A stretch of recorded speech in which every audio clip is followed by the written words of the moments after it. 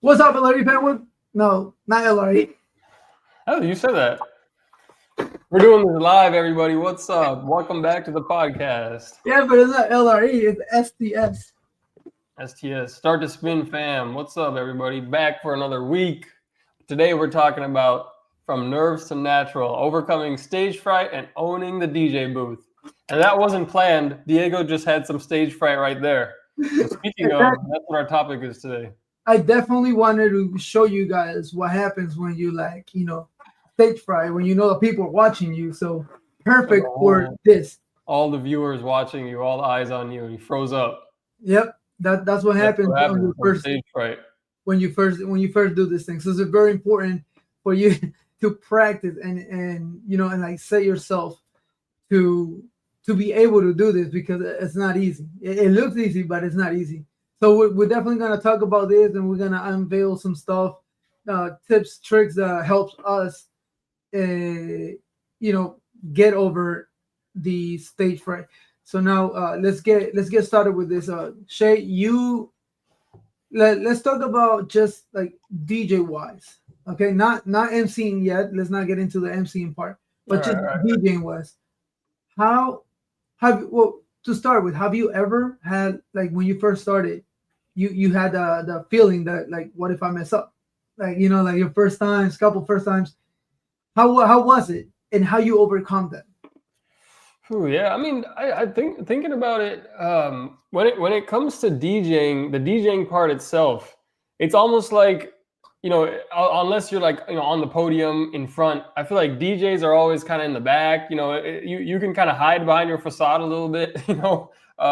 So I never thought of it as like, oh, I messed up. The thing that I would have fright about is like some equipment not working, or like some really bad feedback happening. But it's like, even I feel like when you're DJing, even if you mess up, there are ways to cover it up. So I don't know. I never felt like the stage fright when it came to the DJing aspect.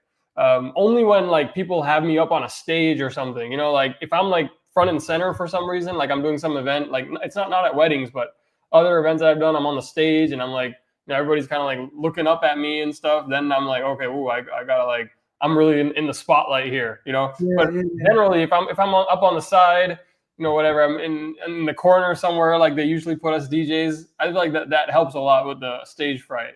What about you? What's up, Chin? Yeah, Chin, Chin's here right at the beginning, man. What's up, man? Yeah, welcome to the episode, man. And let us know, how did you overcome your fear when you first started to now? Because like for me, now I'm gonna talk about me. I still have the stage fright. I guess I don't overcome the stage fright. I just feel like I deal with it. So I don't overcome it because I still have it. Every single time I'm DJing, I have that. Like I'm tripping, like inside of me, like I'm going nuts. But somehow I managed to deal with it and just go about it. So I think in my head is just like, is the people enjoying it? Are they having fun? What if they don't dance? What if like the song that I choose doesn't work? All those things that come to my head. I guess that's what messes me up, and it just gets in my head. And I'm my worst critic. Anytime I mess up on a mix or sound transition or whatever, the clients and the party people, they don't notice. But myself, I'm beating myself out because I'm like, fuck, I messed up. Like I messed up. And like I have Pee Wee in the back, like, no man, you good. They didn't notice. They still dancing, still enjoying it. Yes, they still dancing, but me knowing how I am and knowing that I can do better, messing up on those things is just like, and then that gives me more anxiety. Like, well, what if I mess up again?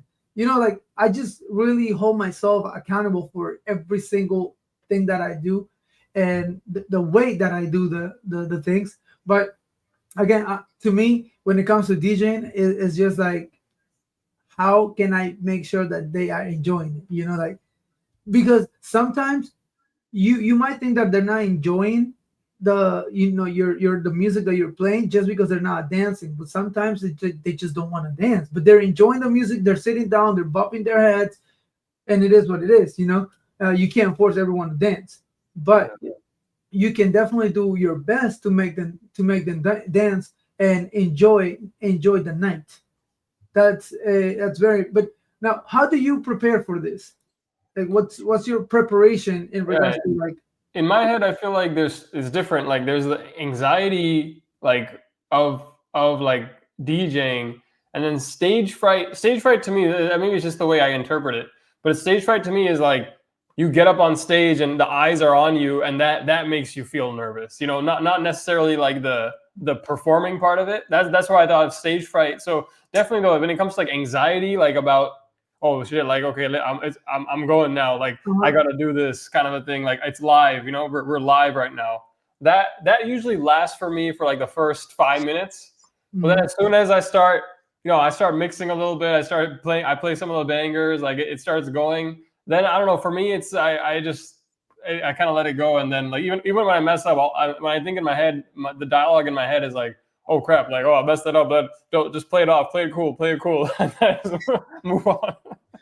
Yeah. So okay. So like, what like you said, you're separating like the anxiety and all of that with stage fright, but in in all, it's kind of all together because if you feel like stage fright, you say like you're the center of attention and whatever. When you have open dancing, you are the center of attention because it's on you to make them dance. And if you play a song that doesn't work, they look at you. They're looking at you, or you always have that person telling you Yeah, that's why the the stage dance floor is fright packed, only. dance floor is packed, but you have someone going like this, like, Yeah, and then that can if you're not mentally strong, that can mess you up. You yeah, know, yeah. You so got to be confident. And yeah, that's and why maybe that's where DJs get the confidence from. DJs have big egos and stuff because it's a way to protect yourself from all those people that are going like this. That you have to believe in yourself. Let me see what Chinchillin wrote here. He said, "When I started DJing, I felt nervous, embarrassing, cringe. How I talk on the microphone. Whenever I talk in Spanish on the microphone, it felt a little embarrassing and nervous." Yeah, that's the other aspect of it is the microphone work, and especially depending where you're coming from as a DJ. Like if you're just doing bars and clubs, you're probably not expected to be on the mic that often. But if you're doing private events, people are going to expect you to do some emceeing, talk on the mic a little bit, yeah. and then especially when you're starting out, it's usually you alone. For Diego, I know you've had Pee Wee kind of from day one, but Mhm. most people I feel like you start out, you do the emceeing, and then once you get a little bit bigger, maybe you add on an MC or you decide to keep doing it. But that's the part that I get the most like anxiety about and nervous about is talking about the microphone. So okay, so now let's transition into the MCing part because now that's it's more complex. It Yeah, requires you this time you are more the center of attention than you are as a DJ to your point of view because now they're watching you. yeah. You're in the center, you're on the microphone. On the So microphone. now it's on you. Everybody's listening to you and like you're running the whole thing. Yeah, So yeah. how do you prepare? And I know you wanted to bring something up in regards to this to the community. So go ahead, man. Yeah, the emceeing part is the part that I feel like I work on the most because it's like what I've realized over time is that people will judge you as a DJ. Like if they go to a wedding, they'll judge you how good you are as a DJ by your mic work as well. And like by how you're emceeing, they'll say, "Oh yeah, I really like this DJ." It's some people don't care so much about the music; they care just about like your personality, how you're interacting with the crowd. And I think that like to that point, it's like when it's you and Pee Wee out there, people think like Pee Wee is like the main guy and the entertainer of the night, and then you're like because the DJ is in the background. So when Yeah. you're emceeing, it's like people really like pay attention to that, and they really make judgments about you based on how you are on the mic, how you are out there. So I'm like, I really need to practice this. And what I started doing recently is I'll start writing out like a script. Not like every single event, but mainly just for that beginning. Like when you're, all right, well, welcome to this, so and so's event. Like who's ready to have a good time, all that kind of stuff. Like I'll script that beginning part because I feel like that's where you make the most impact. And doing entrances or whatnot. So I've started scripting that out, and it's crazy. I spend so much time on it, and to just make like 3 sentences, I'm like, okay, this is gonna flow. I should say this word, this word, and it helps a lot, because then when I get there, then I kind of have a script in my mind, and I have something to fall back on. Before, I'd be like, especially when you get nervous, then you start stumbling on your words, and and as soon as you do that, like in the first the first time you hop on the mic, people are gonna be like, "Oh, this guy's not a professional," like he's not comfortable. So yeah, the biggest thing for me is, and that's the thing I'm practicing. I have a wedding tomorrow and Saturday, and it's like I have to do the emceeing, and so I was practicing. I can go more into detail about that if we go that way. But let me go to Chin Chillin's comment here. He said, even kids' birthday parties, oh my God, I never felt cringe and embarrassment when I played La Piñata by Grupo Madagascar. He never felt more cringe and embarrassment. That's funny. Yeah, if you have to play some lame song, like all right, they want you to play the chicken dance, and you're like, oh God, no, I don't want to do this. I don't want to do this. But you have to. Yeah, but that's when you could feel. That's when the DJing aspect, you could feel cringe and embarrassed. I feel embarrassed, like like for example, for this wedding tomorrow, they're making me like tell everyone to spin the napkins around in the air, which I've never done. I don't like if it was up to me, I wouldn't do it, because I do think it's a little bit cringe, and then like I've demonstrated for them and stuff, just on my personality. So, but I'm practicing it because I've never had to do it. So I'm like, all right, what am I going to say? How am I going to tell them? What's the best time to get them to raise the napkins? So it's like, if you know something cringe or something you're not comfortable with coming up, it's practice. You got to practice those mic skills just as much as we practice the transitions.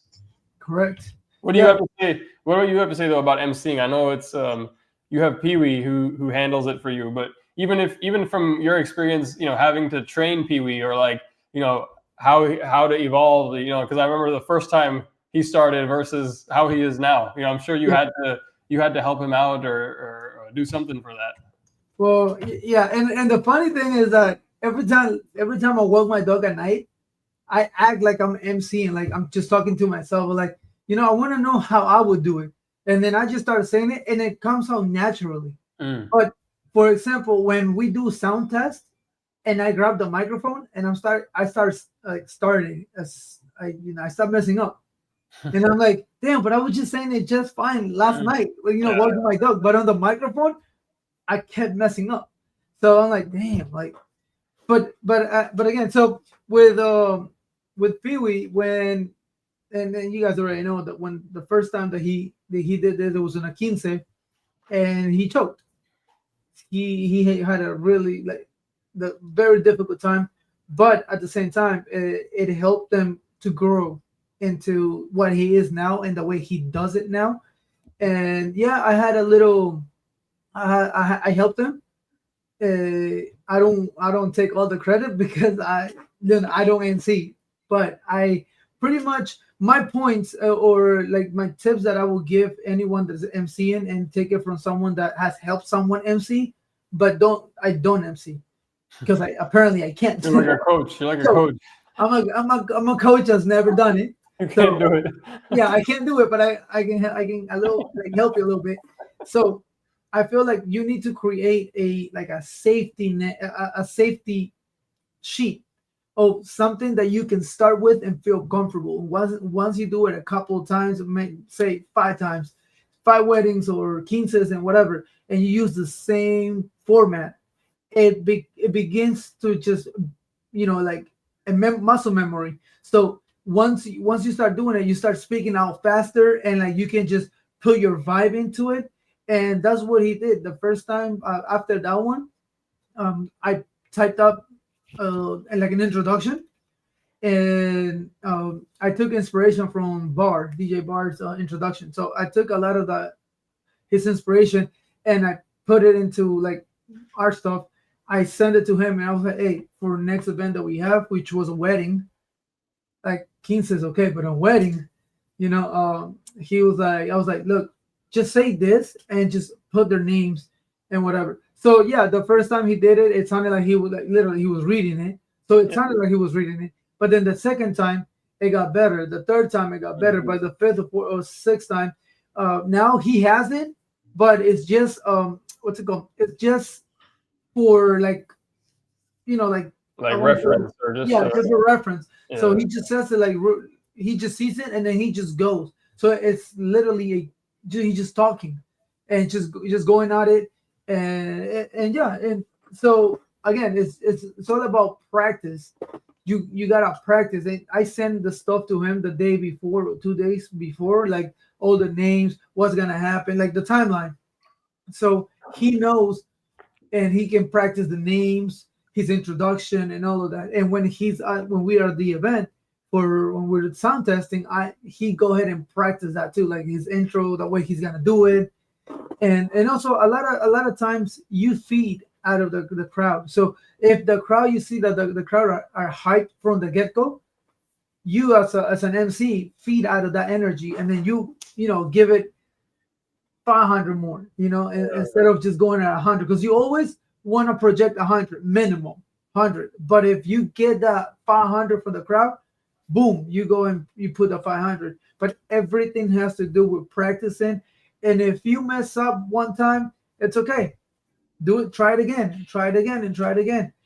And eventually you will become more knowledgeable and more ease. You're gonna speak with more ease and figure out that. Another thing is, put in your head that, man, I'm talking like I can do it. I can't do it, but uh, put in your head that the majority of the people that you see there, you don't know.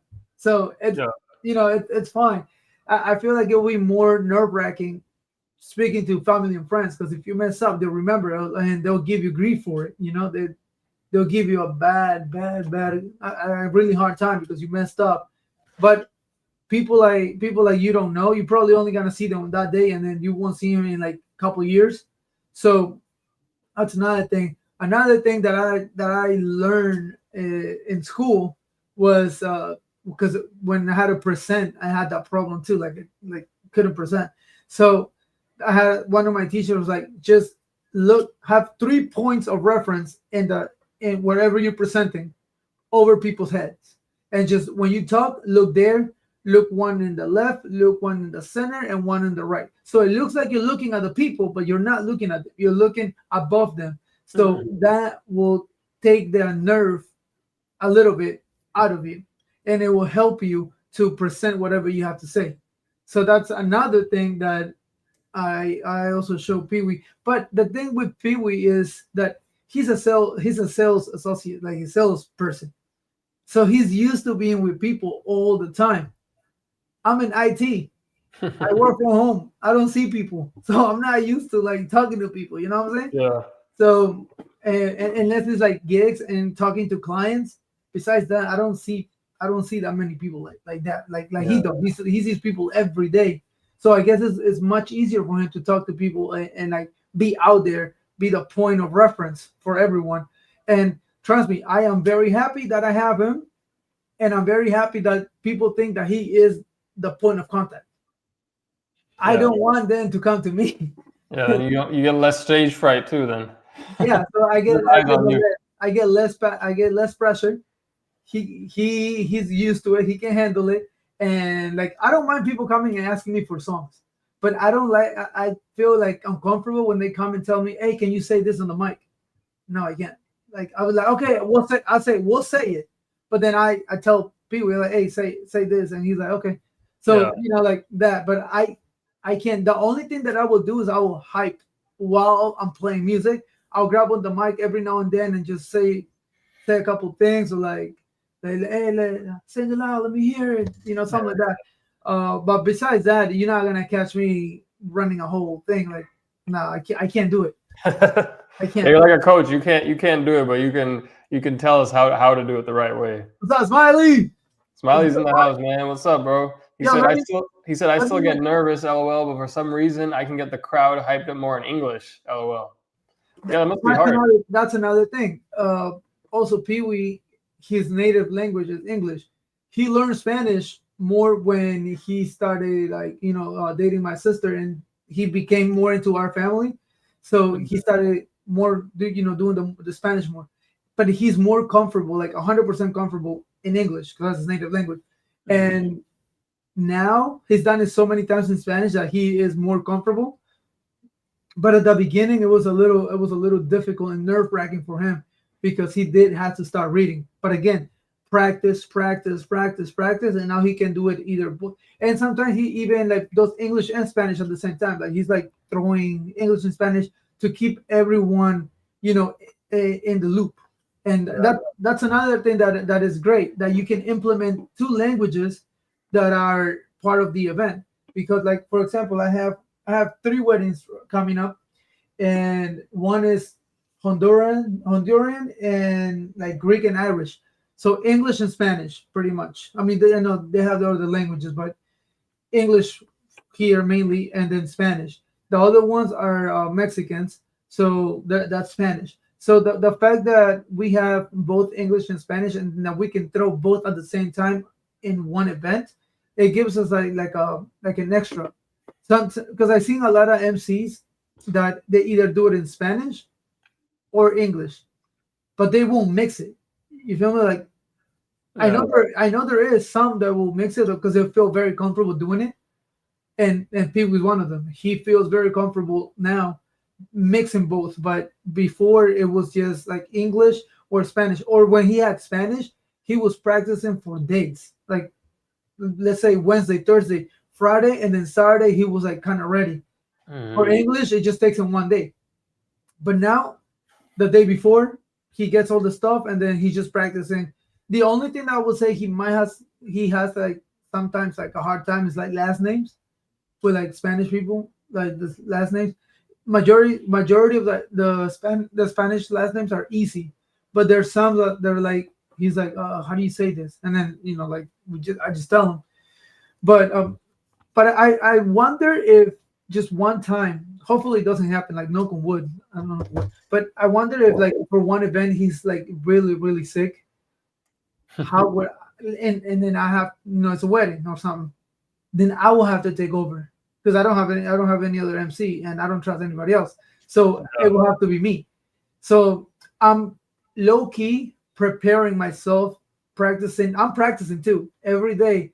I practice. I say my, like the introduction that way I want to do it, and I've seen other DJs the way they do it. Some DJs keep it very simple, like very, very simple, minimal, and then there's DJs that like go above and beyond and do the napkin thing, and Yeah, and that's funny, man. they That's have it's like. good. It's good that you're practicing though, because it's good to that way you're prepared. Because yeah, you never know, or one day he's unavailable or something, and you have to carry the torch and do it on your own. And Welcome to don't the get me club. wrong, I done it already.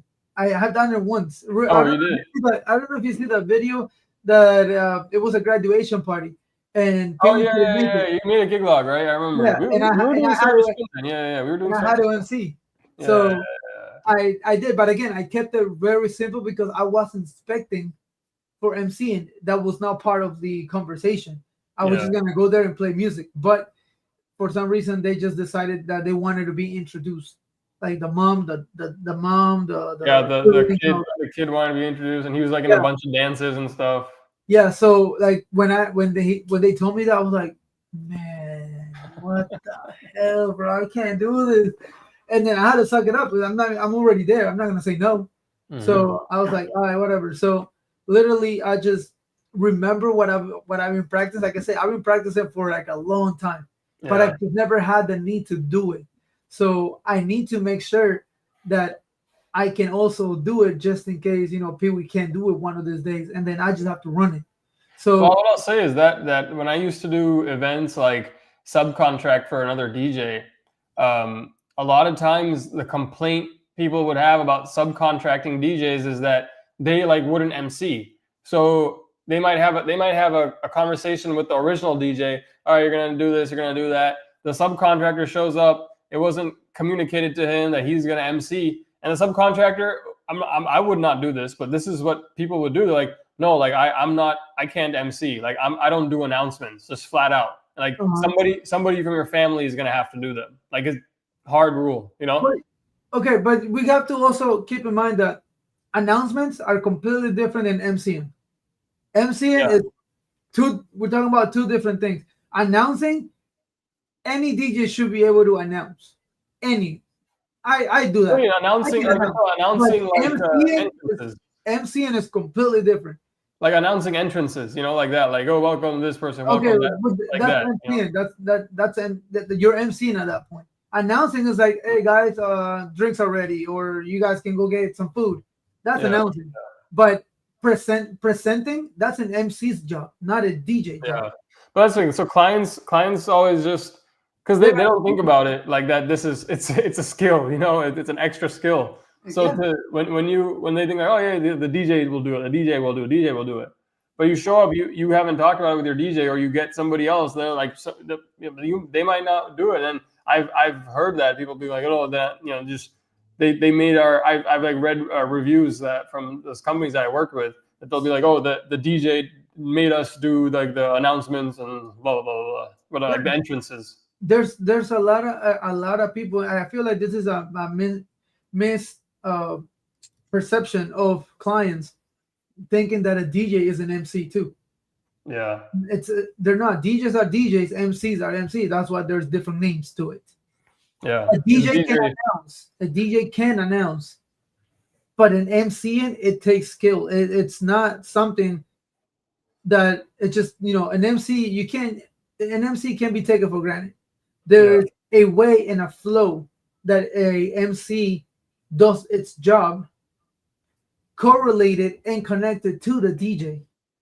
So it's not that simple. It's not that easy. It's not just like, oh, here's the names that you're gonna say, but you have to connect with the crowd as the MC, and you have to make the whole flow of the presentation go well, and that's something that is not easy to do. 100%, dude. And that's that. Like right now, like for this wedding, obviously I've spent a lot of time on the music, but what I spent probably like now 4 hours on is preparing what I'm gonna say, at the time of the entrances. And so one of the things, in case anybody in the crowd wants to jump in, but I have you guys ever had to announce like, oh, everyone pick up your napkins and like spin them around in the air as part of the entrances, or is that something you guys do? Because this couple that I have specifically asked me to do that. They had seen that, they'd been to another wedding, they saw that like the DJ had everyone put the napkins in the air, and they're like, oh, we want that. So they asked me to do that. I've never done it before, so I was like, I spent like probably a couple hours thinking about how am I going to do it, what's the best way to do it. And what I decided on was to have everybody spinning the napkins and then have the bride and groom enter. But I want to see, what would you guys think? Do you think it's better? Should I have them all spinning the napkins first, then announce the bride and groom to enter, so they enter to a room of spinning napkins? Or should I say like, all right, when they walk in, start spinning the napkins, and then risk everyone not doing it, basically, and it being kind of half and half. So just curious if anybody else has done that, and how you guys do it. And I see Smiley here said, bro, we DJ'd 3-year-old birthday party Saturday. They wanted us to make up games. Oh my God. And blow up their balloons. We said, no, that was on the contract. Get someone else to do the games. That's interesting. I mean, the games is one thing. Blowing up the balloons that's crazy. So Smiley said, get someone else to do the game. So you did blow up the balloons? Yes. Yes. So the balloon. No, but he said no, that wasn't in the contract. So I think he meant that the balloons part was not in the contract. But yeah, dude, that's why. I mean, when it comes to games, what I tell them is that I'm just a DJ doing things by myself. So I have to manage the music and do the emceeing. So if you guys are planning games where it's going to be like involved, going out to the crowd, picking tables and stuff, it's like interaction. Yeah, the interaction, I won't be able to do that. So if you guys want to have games, have someone else in charge. So I'll tell them that at like the planning meetings if they bring it up to me. But to make up games on the spot, like that's tough, man. That's tough. Yeah. So if you get, like, for example, like right now, right, you show up tomorrow to your wedding, and they tell you, hey, can you make up games? Then you're like, what? I'm like, no, I'm a DJ, not a clown, right? So. Yeah. But had they said that on the prior, they tell you, let's say on Monday, and they're like, hey, can possibly add some games? you could at least be like, okay, what kind of games, or like research games if you're willing to do it, and or propose games that you can handle, knowing that pretty much when you do games, you only play one song per game or something, or like two Yeah, songs per game. but So, it's still tough. Like when you're but DJing. it'll be an extra charge because Yeah, that too. it's you adding more work to yourself by Yeah, taking that, or you say, well, yeah, we can add games, but this will require me bringing somebody else, so I need to upcharge for that. yeah, or that, Mhm. Yeah, you add an MC because it's hard. Like even if like you have a song going in the back or whatever, the volumes, like I'm always adjusting the volume too on the mic because you need when the game's going, everyone's running around. You turn the volume up, so it's like it's exciting and stuff. Then you go on the mic, you turn it down, so it's like it's hard to do that on the spot. And so like definitely bring somebody else and then or charge them more Yeah. because if you're by yourself. And Smiley talking about the napkins, he said when they walk in, I'll do it. Oh, interesting. But do a practice run. That's an interesting idea. Doing a practice run. I feel like Okay, that'd be that's you tell good. them, all right, we're gonna practice this first. Well, what you can do, what you can do is like Smiley said, just be like, all right, guys, we're gonna do a practice run. Like say it loud so they can hear, they can hear, whoever's gonna open the door for the bride and groom. Yeah. Let's do a practice run. I'm gonna go ahead and say, I'm gonna introduce the newlyweds, and I want to see everyone grabbing the napkins and waving it in the air to see how it's gonna look or whatever. And then you see it like, oh wow, you guys are awesome. All right, this time for real. And then you do it again, and then Yeah. everybody's gonna do it. So you can do that too. Or like I was saying, if you figure out like the specific meaning of it, like we were looking at before, you can stay it if this is the first time they like the whole crowd's doing, because sometimes they don't, if you tell them do this, I'm like, why, that's dumb, Yeah, they will think that they're not gonna do it. But if you explain to them like by grabbing your napkin, I guess you show how happy you are for the bride and groom, and wave it. The harder you wave it, the more happy you are, or something like that, something like that. Maybe you can do that on the practice one, and then on the real one, just normal, like, because you already know why you're doing it. Yeah. Like, Yeah, that's what the other problem is I'm trying to like I'm always trying to think of how to keep things as short as possible, to be on the mic as little as possible. So that if yeah, I'm doing then it's like then I'm adding more and more stuff. That's why I don't even do the napkin because I'm like I just let's just get them in here, let's all cheer, like let's just get hype and move forward, yeah. So, but right now, your main concern is that they're not that they don't do it, right? That's only if I tell them to do it when they walk in. So if I know that if I get them going before, then it's like all right, everyone sees everyone doing it, everybody's just doing it, and then I just announce them and they enter, Versus if I'm like, all right, guys, so when it's time, start waving your napkins, okay? And then I guess if I do a practice run, I think it would definitely work better. But I tell them, all right, we're gonna wave our napkins, got it? And then like, okay, yeah, and then all right, everyone, welcome the bride and groom, and they come in, and then some people are doing it, some people are not doing it, then there's more chances for them to decide not to do it if I don't make them all do it beforehand. That's what I was thinking for this first time. Yeah. Well, okay, we can move forward then. Chinchillin said they did ask me requests for musical chairs before. But musical chairs is easy enough. yeah, that was easy because it doesn't require you to move out of your booth. Yeah, and you tell them to set up the chairs, or Yeah. like go grab people. So that's a good a one that I'll do. Like if somebody asks me on the day of, like, oh, let's do a game, like, and they want to, or like let's say I have to kill time, right? Like there's some delay happening. Oh, can you stall? Can you do some games to kill the time? Yeah. Then what I would do is I do a dance battle. I'd be like, all right, we're gonna do a dance battle. Like, pick two people from the crowd, and I'd play a song, and then they just like do a dance battle. That's like my fallback option if I had to do like a game to kill time. I feel like that would be fun. Yeah. Smiley said, yeah, if they mentioned it before, we would have charged extra though. But at that point, someone else should do them. They blow up balloons for the games. Yeah, man, that's especially if you're blowing up balloons. Like that's a lot of work, man. Blowing up balloons. You want to go above and beyond? You can blow the balloons up. Bro, if they didn't have a machine, you'd be like, DJ passes out. DJ passed out before the event, bro. Now, doing stuff like that. I mean, only time I would help with like setup stuff is like if it's beforehand and I'm just standing there and everybody else is like, oh, we need this, we need this. Like there's been times I give them my gaff tape, or it's some like, you know, they're trying to stick something up like a house party, and I'm like, here, I'll stick it up for you guys, like, you know, like, Yeah. you know, stuff like that. But once the party's going, it's like, dude, I can't be blowing up balloons here, like, you know, like this is we're way past that point.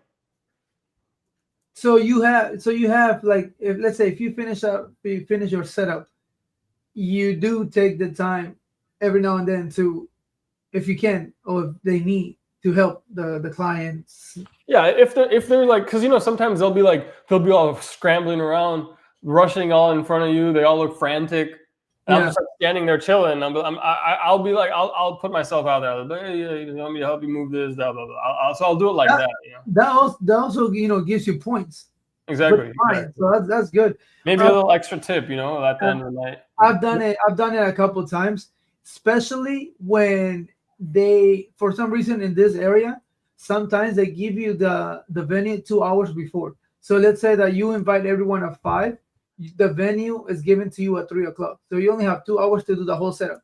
Yeah, yeah. And I mean, I don't know if they have that over there in California, but here, some of the venues do that. You have the, so it's on you to, whenever you decide to invite the people. Yeah. So usually 6 o'clock or whatever, it's okay, because you're getting the venue at 3 o'clock. In 3 hours, it's very, very pushy to Yeah, finish it's everything in tough to three do all hours. the setup, and they usually don't have that many people. You know, like it's just a few family members and stuff. So Exactly. Yeah. if they're struggling, I'll try to help them. If they have like a bunch of people, they're good. Then it's like, you know, it's then I won't offer. But Yeah. that's So what yeah. Smiley said though. Go ahead. He said we asked like musical chairs and they said no. Okay, so they didn't want to take musical chairs. Said no. To think about it, since we were the DJs, we told them none of that was in the contract. They went and got some family member to do it. Yeah, man. I mean, you know, I don't. It depends how aggressive they were. Like, I don't always mention the contract. I'll just say like, oh, you know, like it's not going to be possible for me. Like, you know, with the DJing and you know, I have to stay here with the music. So I'll suggest that like if there's somebody else like, you know, in the like family, that'll be best. Hmm. Yeah, And me then too. Smiley said to blow up balloons, it'll be $100 charge for 6. Dude, why not, man? They can blow up the balloons themselves. You know, like why are they making the DJ blow up balloons? Like You better come with a machine at least. I've never heard. Have you been asked to do something like that, like a balloons? No, not blow up balloons, but I've helped like move tables, Yeah. put the chair covers, those Oh stuff. yeah. Yeah, I have help on that, and that's because we finished setting up, and I saw like the lady again. There was only like an hour left, and they had a lot to do, and there was only like 4 people, Yeah. and it was like if I see that it's like a crew, or like a business crew, I don't say anything. Yeah. But Yeah. when I see the family members like working, then I'm Exactly. like, hey, you guys if you need help, we can help you. We're done with our stuff. We can help you. We're already here. I mean, Yeah. Exactly. So, and then they tell us, oh yeah, please, can you do this, do that? Boom, and we start doing it, and we finish faster. So Yeah. and then it takes less stress from them because they're already stressing out. They're sweating, bro. Yeah. The lady, the Well, mom I was feel like, bad. That's the thing. Like, yeah, "Bro, if it's a company or if it's someone that was hired, even if they're stressing out, like I'm not gonna help them, to be honest. You know, like I'm like I like, you know, like it's that you I get paid advise for like, it." yeah, you get paid for it, and like, you know, you got to bring your own, like you got to bring more help if you're having trouble. Um, Yeah, but the but dollar. like the clients is like, you know, they're all dressed up, they're already dressed up in their heels and stuff, and they're like doing things. I'm like, Yeah, then I seen that one too. Two of my events like a long time ago, the clients were already dressed up, like setting up things, and with they always like dress with like long skirts and like very yeah, tight that they can barely move, and they have to like put the chairs cover and then the table covers and then the linen that goes on top, yeah, yeah, and sometimes they have to like get on the floor and they can't because they're so tight, like the dress is so tight. So I'm like, yeah, let me help you out. So we start helping out whatever we can, as long as at the end of the day we take the stress out of them. It helps it helps But everyone. I think this thinking back to Smiley's point, because like we're all willing to help, but it's different if you're there, you're setting up, and then they're asking you, hey, can you put this up? Hey, can you do this? Can you Oh show yes, people this? while you're setting up. Yeah, that's Yeah, or yeah, that's that's different. totally different. That's completely different because then you're like, yo, like, hey, like you got to draw the boundary. But if Yeah, you offer it, I mean, you offer doing whatever you want. Like that's yes. on you. And the As but long like as you're done, as long as yeah, you're done with they your stuff. shouldn't be asking you unless it's like, oh, do you have some tape? Like people always ask me, like, do you have tape? Do you have a pen? Do you have whatever, like, some random stuff? Oh, yeah, here, and then I'll just like go back to doing what I was doing. Yeah, exactly. Same thing. That's the way I see it too.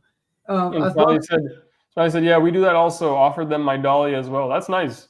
yeah, That really helps. That really helps too. And helping out early helps as an icebreaker as well in a way. It gets everyone relaxed and vibing. That's a great point too. Because exactly, you start building connection with the guests, and immediately they're already like, yo, this DJ's this guy's good. This guy's a good guy. Like he's cool. So whatever those uncles, those like family members that might give you a problem, usually they can they kind of get to know you and then maybe give you less of a problem later on. That's funny. Chinchillas with the red flags and never bring it back. Dude, facts, man. Never give them something you're not willing to get back. Or then I'll remember because it'll be like my gaff tape. I'll be like, hey, like you guys have where'd that tape go over there? Oh, we left it over there. Oh, we left it over there. And I go searching for it somewhere. But it comes with the territory. yeah. So like you said, make sure that whatever you're lending, it's okay to lose it. Yeah. Because you Don't probably lend won't them do like that. your laptop or something crazy. Oh hell no, that Your that iPad. yo, that's untouchable. Like my laptop, when it locks, it says LRE staff only. You can't touch. Like don't touch Oh unless man. you're LRE staff. That's what it says on the screensaver. Yeah, man. Because Oh sometimes yeah, those kids will come mess around your laptop. Woo! If you have an that, iPad laying around. that's the only thing that I get iffy about when they allow me to set up the day before, because Mm, the next day I know that there's gonna people that gonna be there setting up, cleaning or fixing stuff, whatever, and there's usually one or two kids always in there, and they see the DJ stuff unattended, bro. What if they like push it or, uh, yeah, uh, that's the only thing that I've actually never set up. I know you have that venue that lets you do that. I've never set up a day before so far. yeah. I mean, every time I have the chance, I'll do it because it's the peace of mind, bro. The peace Yeah, of yeah. mind. You was walking. Yeah, like I woke out the day of the gig. I'm walking in pimping. Like Yeah, that's I'm nice. pimping. Like, I feel like that right now, right? Because I have this doubleheader tomorrow and Saturday, but I'm like right now I'm like, oh, I want to start like getting all my stuff out, making sure I have everything because yeah, a lot of the anxiety is like making sure that you packed everything, like that you exactly, yeah. don't show up there and you're missing the speaker stand for the ceremony or something like something small but like could play a big role. I always seem to forget something. So Yeah, I, exactly, man. even with the list, because I made a list of the stuff that I need Yeah. to take, and I always forget something. I don't know why. Like Yeah, it's tough. It's tough. The way I think about it, I don't know if everyone else's process is, but I'll be like, okay, I'll go through each of my setups and I'll be like, okay, what is every single thing I'll need for to do the setup? I'll go through it in my head and be like, okay, do I have this? Okay, I have the table. Okay, I have the booth. I have the XLRs. Yeah, there I have that bag. I got the speakers. I got the speaker stand. Okay, I got the mics. Like I'll be like, I'll imagine going through the setup and be like, okay, did I bring all those things? And then that's I haven't forgotten anything actual like big ever doing that. my biggest problem is power cables. I always forget a power. It's either my computer power cable, my DMX donor power cable. That's a big one. That's a big It's one. always, and the one for the Chingli, or Chili, Yeah, whatever. yeah, yeah.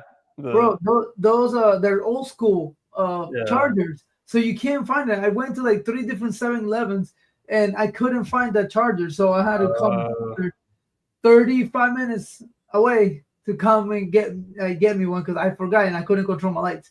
yeah. So It was stressful, but I always forget power cables. I Like always, Smileys. This is what I do. I just take all my XLRs and power covers, even though I don't need them. Beats having not to have it. Yeah, so I have two bags. One bag that I like actually use, and then one has the extras. So I'll take both of them when I'm like doing a big event because I don't know what I'm gonna need. But I uh, know that if I have those, I have cords for everything. yeah. So Okay. that Well, that's my a in good my way to case, do it. what I have one bag for all my cables for my weddings and quinces, and I have another bag for my regular parties, graduation parties, or whatever, Mm. house parties. All that is in another bag. My thing is that when I come home, I'm charging my stuff, right? So I that's when I forget because my like the Chingley things. I have five donors and one receiver, so Mm. they all have their own charger. So I Yeah. put them all to charge at the same time because they do take like 2 or 3 hours to charge. And then when I put them away, I put everything away, and for some reason I always forget to put the charger of the receiver in the box. Yeah. Always, Yeah. I Yeah. always forget.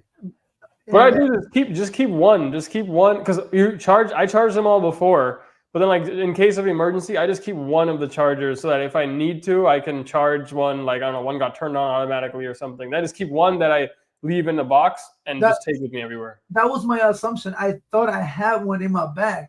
So when I went to look for it, there wasn't any. And I was like, no, my God. And it was like an hour left before the Yeah, party starts. And like, that's a huge problem. If they just made those like USB-C or something, that'd be a lot easier. yeah, But yeah, Smiley has a good suggestion. He says, "Bro, get you an extra laptop cables and chargers to keep inside the booth." Yeah, you do that if you don't. You can get cheap ones on Amazon. well, now, bro, I have one, the one that I'm charging my computer right now, two, and I have the one over there, three. So I have three All now right, so now you have no excuses then. for this computer. But the thing was that for my lavish booth, it's not a problem because everything is already there. So I'm never gonna forget that. Yeah, yeah. But when I do private event, like not private, when I do like house parties or when I do birthday parties, graduation parties, then I have to remember to put the charger inside the cable box because I Okay, mean dude. not anymore because now I have three. So now I have one always in my bag. Let Always. me. You can just keep it just plugged into your booth. Like Yeah, just keep it inside the booth. yeah, but I don't use my booth for regular parties. Oh, so then Remember, yeah, you I need. have I have two controllers, Well, so keep one in the booth and then keep one in your flight case for your Hercules. that's what I do now. So now I won't for that the power cable for my computer is not a problem. Now Yeah, my problem is the freaking the Chinley chin. Yeah, receiver thing. those things are that could be a problem for Yeah, sure. and they're not easy to find. That's why it's good. It's good to bring the remotes just in case. I wish they make the like Type C charger or something because I Yeah. have a lot of those. Even So my phone. I let's call him Chinley, Chin Chillin, aka Chinley, said the only thing I like how my clients is helping me put all my DJ equipment in the truck. Whenever they say, "Hey, bub, need help?" I say, "No, I'm fine," and for some reason they always help me. Dude, I really appreciate it when they say this, but I'm always like, dude, no, don't worry about it, like, because and it's not only like that it's not their job, like absolutely it's not their job. This is my job, but I don't want them getting hurt too, because this shit's heavy. Someone Yeah. pull the back muscles. Some old dude, like Or or it's not they worth they it. carry the speakers of the saw, right? They just carry it. They Yeah, go down, and when they put it down, boom. yeah, Like, or that. Or they're tossing it around. They're like, oh, let me help you with the cables, and they're also jumbling them all up. I'm like, oh, yeah, it's okay. and it's usually the drunkest person, the one that wants to help. Yeah. Drunkest person, and No, barely can stand. have you They had want to people? help. Some people just come. They'll just without singing, they'll start helping you. But they're like drunk. They're grabbing stuff. Yeah, I got you. I'm like, hey, thank you, man. Thank you. It's all good. Yeah, that happened, and especially because we like people and I already have a flow of like how we want everything to go in the car. Yeah, that That too. we carry stuff based on how we wanted to like start putting in the car, because we're not the type of person that, again, we work for a moving company, so we're used to this. But we're not the type of person that's just gonna carry stuff, come out and put it outside of the, outside of the car. You carrying something is going in the car already, so carry with purpose, so you don't have to carry again. And we do it like that. But when you have somebody else helping you, they just bringing shit out to your thing and putting it to the side. Or my worst pet peeve is if somebody's helping you, they put it right in the center. It's on the way of your walking. Why? It's common sense. If you're moving something, move it to the side, not to the center where you're loading. That's why they just it's nice. They mean well, but yeah, it's and I understand. So when they ask me, I'm like, no, we good, man. Thank you, appreciate you for asking, but we got it. We have I tell them we have a flow, how we carry things. But sometimes they don't care. They're like, oh no, come on, let me help you. If they're drunk, they'll just start picking stuff up. I was like, when I say that, I'm like, all right, can you just do me a favor and carry that bag, those bags, the ones that are not heavy, or if they throw it, I don't care. I'm like, just grab those bags and can you please take it to the car? It's outside, and they do it. But like the sub or like the speakers, no, like people might carry that because. Wow, let's see, Smiley talking about the booth, and we talked about that. Now Diego has a charger in every location. Oh yeah. It says because the venue they had closed before they're done cleaning. Yeah, that's a problem. That's a problem when you don't have you need to get out fast. That's when I'll do what you said not to do. Is if I have to get out fast, I'll just put everything outside. I'll break it down. I'll put it all outside the door of the venue, so then they can close. And then I'll be like, okay, now I'll just put things into the car on my own leisure. That's the only time I'll do that. I don't have the problem, and I want to say why. When I talk to the clients, and I ask them, until what time do you have the venue? If they say 12, I ask, now 12 is when you can start cleaning, or 12 is you got to be out? Because if you need to be out at 12, we need at least an hour and a half. You guys for an hour and a half. Yeah, headroom to take everything out, or like I want to say like 1 hour and a half max. That's like a big. You have the whole setup, right? Like the whole setup. Yeah, for like the house party, not a house party, but for like small venues or birthday parties or graduation parties, just an hour. An hour is fine because I can. That's what I say. An hour. I say an hour. Yeah, but when it comes to like weddings and things like that, because there's a lot of stuff. I do ask for an hour and a half headroom to take all my stuff out, and so if you say 12 o'clock, that means that the party is finishing around 10:30. So that's why I ask. I ask, what time do you have the venue till? And they usually say, oh, I have until 12. Okay, till 12, and then you have time to like take things out, or at 12 everyone has to be out and like the door is shut. So they say, oh, no, at 12 o'clock, you can start cleaning up because we have to leave everything ready by 1. Okay, so I'm like, all right. So in my head, around 11:45, I have people picking up all the lights around and, have it on and if I have somebody else with us, I have them do it too, start putting everything in bags, unplug my EV8 because that's my booth monitor. I unplug that and then start like picking up things that are around that we can start picking up, because the less things like we're gonna pick up are the speakers and like the booth itself. But and then by that time it's already like less time consuming as opposed to waiting till 12 o'clock and then start doing everything. So that's smart. And even I'll say this because actually this happened to me this past week. I just got a booking, but I added it to my contract now that I just put an hour, but you can change it. I said I require an hour before and after the event for setup, and the client, I forgot the wording, but the client has to, make sure that this is arranged with the venue or something, just so it's clear. Because like you said, if let's say I don't talk about it or they don't think about it, it's like that could be a problem. Like, oh no, the party's going until 1 a.m. and they're like, well, the venue ends at the venue. Everyone needs to be out by 1 a.m. The client's not thinking that vendors have to get out. So I started putting into my contract now for that same reason. But here, let me hit these. Let me hit some of these comments here. Smiley said, keep the receiver inside the booth. I also have 2 sound switch USB cables in each booth. Oh, that's interesting, man. I only have one, the sound switch cable, but that's smart. Just buy a second sound switch cable. You could have 2, and then you got 3 months extra as well for free. Yeah, but the sound switch cable is not the problem. I always have that. The Yeah, well, problem is the one day you might forget that too. Oh no, because that goes in. See, I have this box right here, and here's all the donors and the sound switch cable. But the charger doesn't fit in here. Get a So bigger I'm box. getting a bigger box. Get a bigger box. Hey, let me show you this. I just bought this because it was cheap on Amazon. But I just bought this. So these things are nice. It's just like a toiletry bag. Like, like the stuff you put like your toothbrush and stuff in. Like a pouch? Yeah, but this? Yeah, exactly. But this one, it has a ton of different pouches and stuff. So like I put my mic in here. Uh-huh. It fits 2 mics. It fits my lapels. The zipper is kind of shitty, but then I got lapel here. Like second mic here, and then like it's much cheaper than here's this is the other mics in here too. So both mics, lapel, batteries. So like if you get something like this for your Donners, it's way cheaper too. This is like $10 or something. Uh-huh. And then it has a bunch of different pouches and zippers to put all this like little things in when you have a bunch of little things that you need to keep together.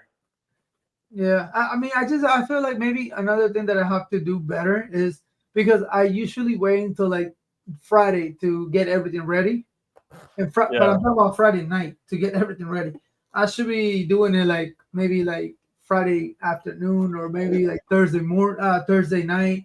Yeah, the more time you give yourself, it definitely helps. Yeah, I think that's what I need to start doing too. I need to stop thinking that I have everything and like triple check that I have everything, because it happens to me a lot that I forget it. But it's always a power cable, always a power cable. Like I don't know what it is. Like I've never forgotten my computer. I've never forgotten my controller. I've never forgotten my lights. I've never forgotten like any like speaker pulls or anything like that. It's always a freaking power cable that I forget. That's good, man. The computer is the biggest thing. That's my biggest nightmare. Yeah. But let's see what Smiley has. Got some more comments. He said, look for like a flight case with space on the bottom. My flight case is pre-wired. Yeah. You can basically turn your flight case like into. I have everything pre-wired like the lavish booth. And then we already did that comment. And then Smiley said, you got a little bag like that. Yep. I keep Donners and chargers in there. So he has enough space to keep all the chargers in the same bag as the Donners.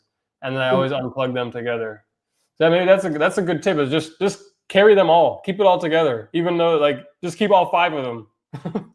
Yeah, that's what I'm gonna do. I need to get like a little pouch, like a bigger one, and just throw it in there because. Yeah, you can just look for like it's called like toiletry bag on Amazon. And it's just like there's so many of these out there. Just pick one with like zippers and stuff. Uh-huh. And then you can put all the Donners in a pouch. You can put all the chargers in a different pouch. You can put, I don't know, whatever, the sound switch, the dongles, the X Vibes. You can put them all in there. Yeah. You know what? That's another thing that I need to figure out because I charge my X Vibe and I throw it in my backpack. But for some reason, majority of the time, one of those, like when I get to the venue, it's on. It turns on. I don't know why. Like, presses the on button. Yeah, it's on, and then when I try to use it, it's dead. So I have to charge it. Those things take forever. Yeah, that's why they take forever to charge. That can happen. That can happen with the Donners too. Like they can. Oh, and hey, I was walking around. Could you still hear me with this? Yeah. Yeah, that's good, man. It's so far so good. I'm gonna test it out at the ceremony. See how it does. Yeah, that's gonna be good, man. That's gonna be a good gig log. So stay put, guys. A new gig log. Oh yeah, we'll see. I don't know if when I'll get around to like editing it and stuff. But yeah, I'm gonna use this as a backup mic. I'm still gonna have the handhelds, but I'm gonna stick this on the groom or the officiant and see how well it works at the ceremony. Do you think there's gonna be no feedback having those 2 mics together? No, I don't know. We'll see. We'll find out. I'm confident though because this is on Bluetooth, so this is 2.4 gigahertz. Uh-huh. The other ones are 500 gigahertz range. So I don't think it'll cause a problem with the mics. But I'll test it out first. I'll hold the mic. I'll keep this on me and talk on it and see what happens. But I haven't tested regular mics with this yet. I think it should be okay. We'll find out. And Smiley says he He does. I mean, he does Friday afternoon loading. Gives me extra time on Saturday. Yeah, man. You're making me feel like I should have done that because I got this. I gotta load up tomorrow morning and go. And he You said, should have done it tonight. make sure you had backup chargers, laptop, iPad. Yeah, for sure. Especially the laptop, man. If one time I got to a gig and my laptop charger wasn't working, and I was like, oh my god.